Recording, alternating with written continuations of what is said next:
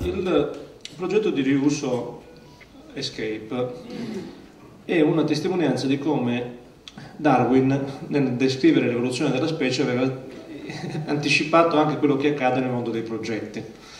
I progetti sono tanti, nascono, si sviluppano, ma solo alcuni poi hanno successo, solo alcuni hanno una consacrazione nel momento in cui diventano poi come le specie dominanti nell'ambiente anche i progetti. Perché?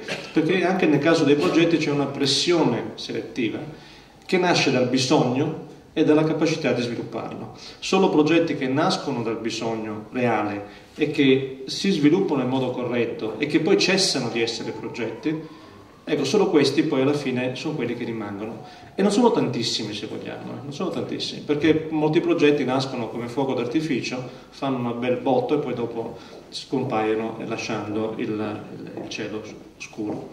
Il progetto nasce quando c'è un bisogno, si sviluppa, ha un finanziamento, come in questo caso, o più finanziamenti dedicati per lo startup del progetto, dopodiché diventa routine e quindi esce dal ruolo progettuale, dopodiché se è un progetto che funziona, se è un'attività che funziona, viene riutilizzato.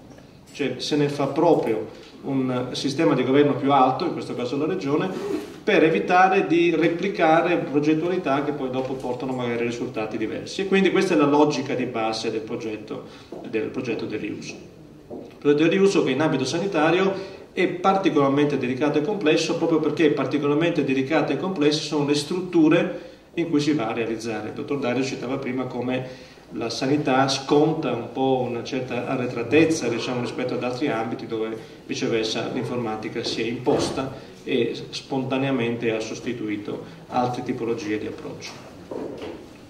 Questa diapositiva l'ha già mostrata Carlo prima, è il modello organizzativo, quindi nel modello del riuso c'è un ente cedente che mette a disposizione la sua soluzione, che non è più progettuale, ma una soluzione che è diventata routine oramai, un ente riusante, nel caso nostro erano due, come vedremo dopo anche il Lazio, ma la Regione Veneto ha sviluppato inizialmente questo progetto, quindi il progetto di riuso Veneto Escape, che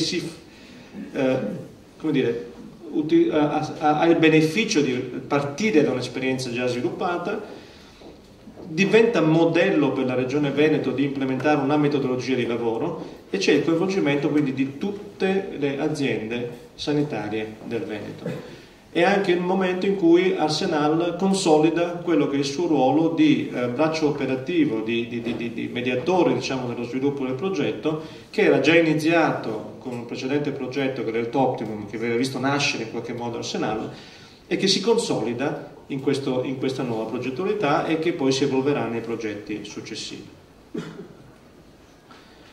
Due parole sulla dimensione economica.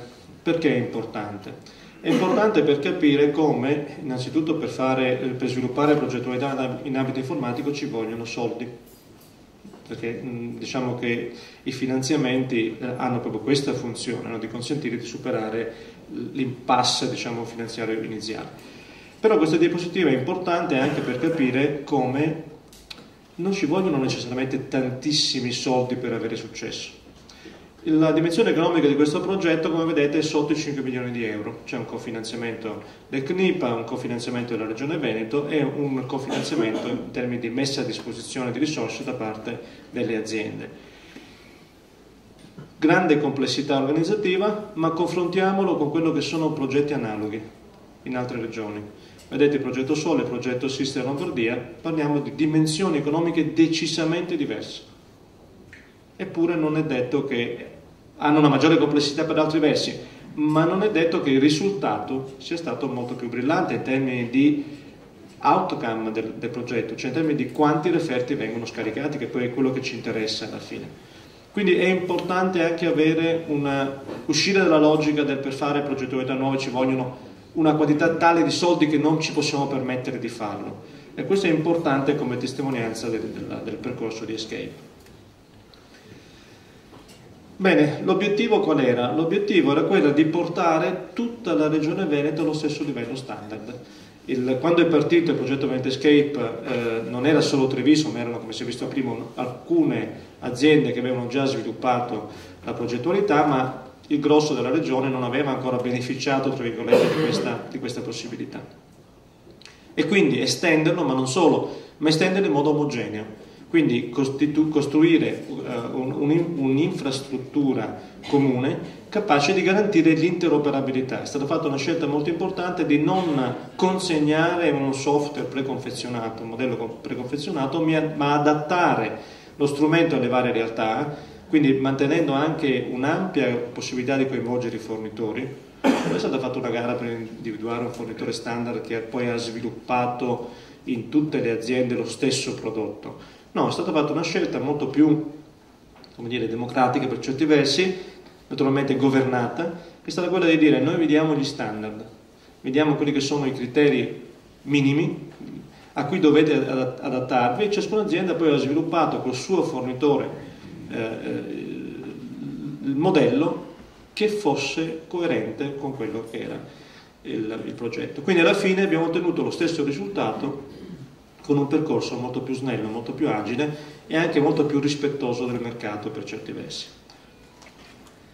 Quindi estendere a tutte le aziende la possibilità di estrarre i referti, quindi un referto firmato digitalmente. Si è molto spesso sottolineato l'aspetto, l'importanza della possibilità del cittadino di estrarsi il referto e di evitare di andare appunto a intassare i parcheggi dell'ospedale, ma forse a volte dimentichiamo la cosa di gran lunga più importante, che il primo beneficiario della stazione dei referti è il sanitario che lavora all'interno della struttura e che quindi ha immediatamente disponibile uno strumento di tipo clinico, perché non dimentichiamo che stiamo parlando di strumenti tipo clinico, e può quindi erogare la sua prestazione sanitaria nel modo più tempestivo e più efficace possibile. E quando parlo di sanitari parlo sia del medico di medicina generale come pure ovviamente di tutti coloro che lavorano all'interno delle strutture ospedaliere.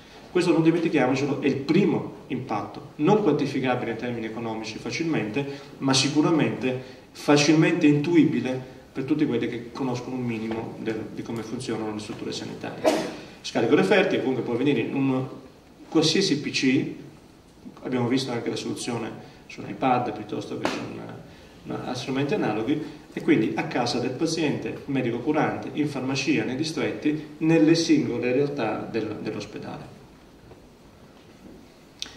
Bene, l'altro elemento importante che mi piace sottolineare di questo progetto nel momento in cui è diventato un progetto regionale è che, diciamo, ha rodato un sistema di lavoro. Ha rodato un sistema di lavoro che, se era difficile nelle singole aziende, figuriamoci quanto più complesso era organizzarlo a livello regionale. Per cui io vorrei sottolineare come il successo importante di questo progetto non è stato solo quello di avere una modalità omogenea di scarico referti in tutte le realtà del Veneto, ma anche quello che la Regione Veneto è riuscita a mettere in moto un meccanismo di governo complessivo che si può poi replicare in progetti analoghi. Mi viene in mente le New England, piuttosto che non il progetto importante del fascicolo sanitario elettronico. È importante questo, rodare un sistema organizzativo, un modello che la Regione prima non aveva e adesso non ha messo a punto, è fondamentale. È fondamentale. Forse per certi versi è ancora più importante del fatto che possiamo scaricare le offerte.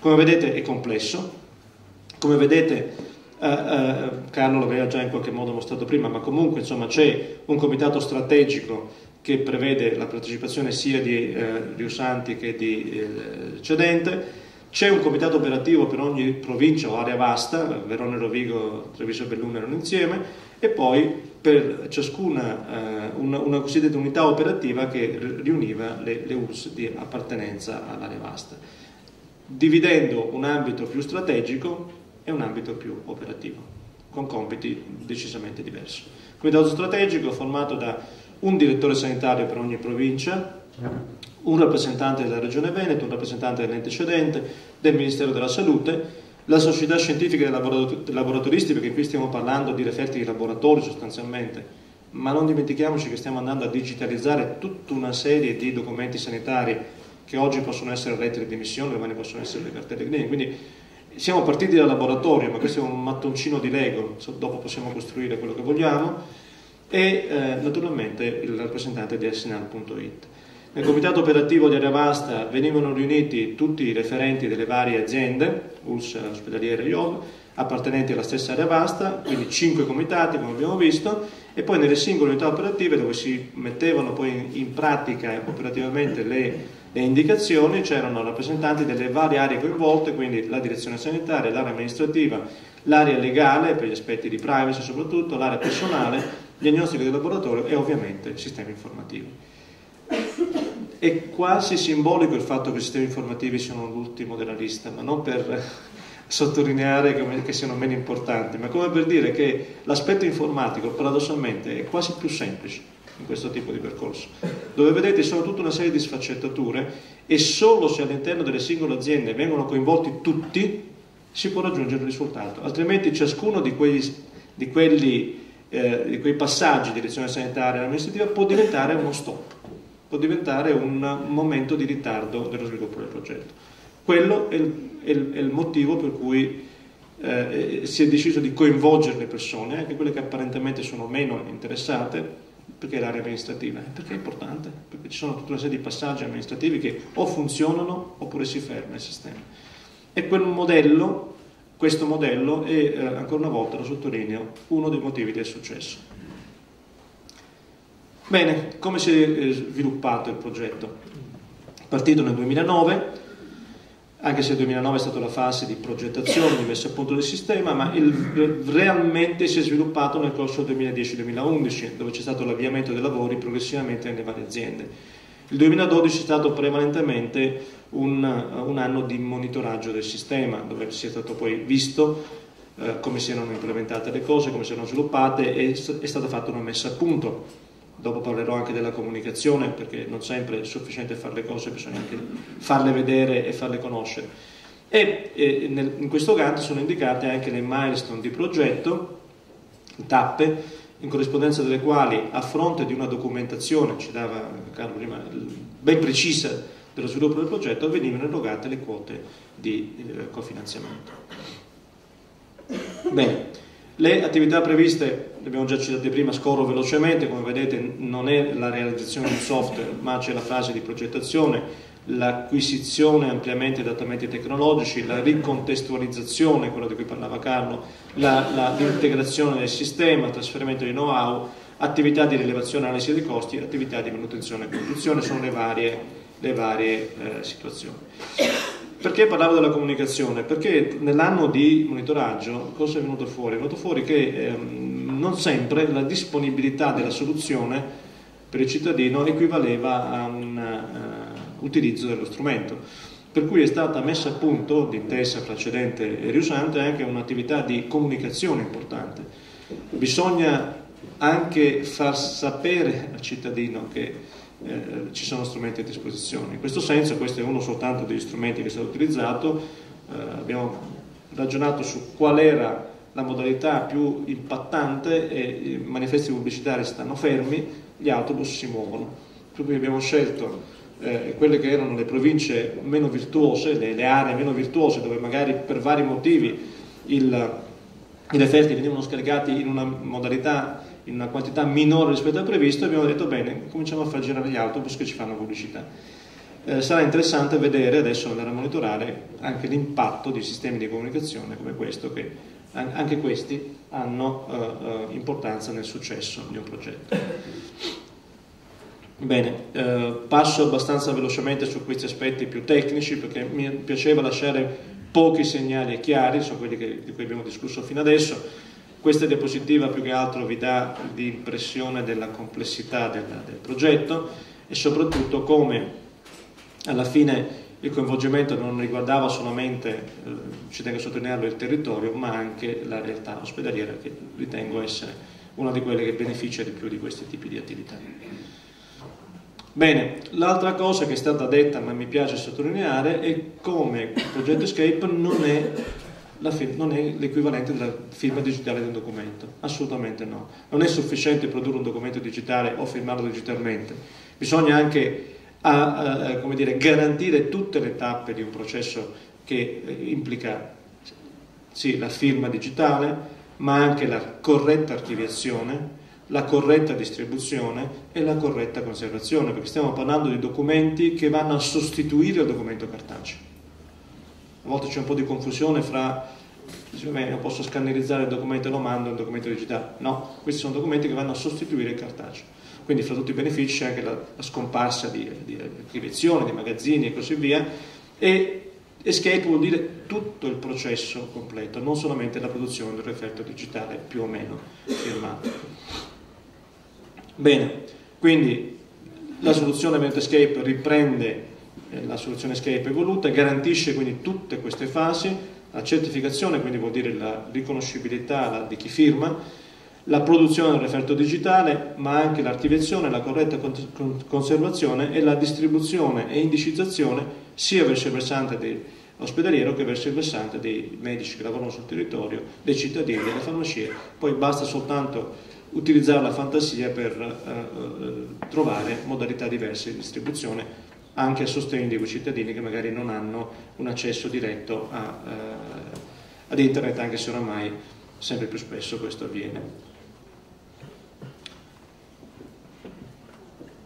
Bene, sui vantaggi, li ho in qualche modo citati nel corso della presentazione e quindi non mi soffermo ulteriormente. Sicuramente è uno di quei progetti che si è sviluppato che lascia abbastanza intuire quali sono i vantaggi. I vantaggi sono stati documentati comunque, perché è importante non soltanto pensare che un progetto possa dare dei vantaggi, ma anche documentarlo. Quindi è stato citato lo studio fatto sul risparmio economico, abbiamo fatto delle valutazioni anche di gradimento dell'utenza, abbiamo fatto tutta una serie di valutazioni che hanno consentito di ancora una volta documentare i risultati del progetto.